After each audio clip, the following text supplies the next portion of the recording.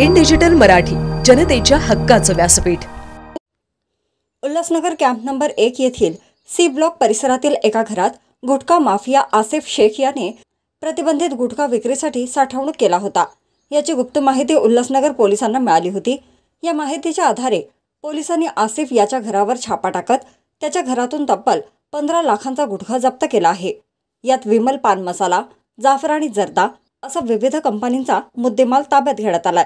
तसेच दुचाकी देखील जप्त करण्यात आली आहे। याचा अधिक तपास आता पोलीस करत आहेत।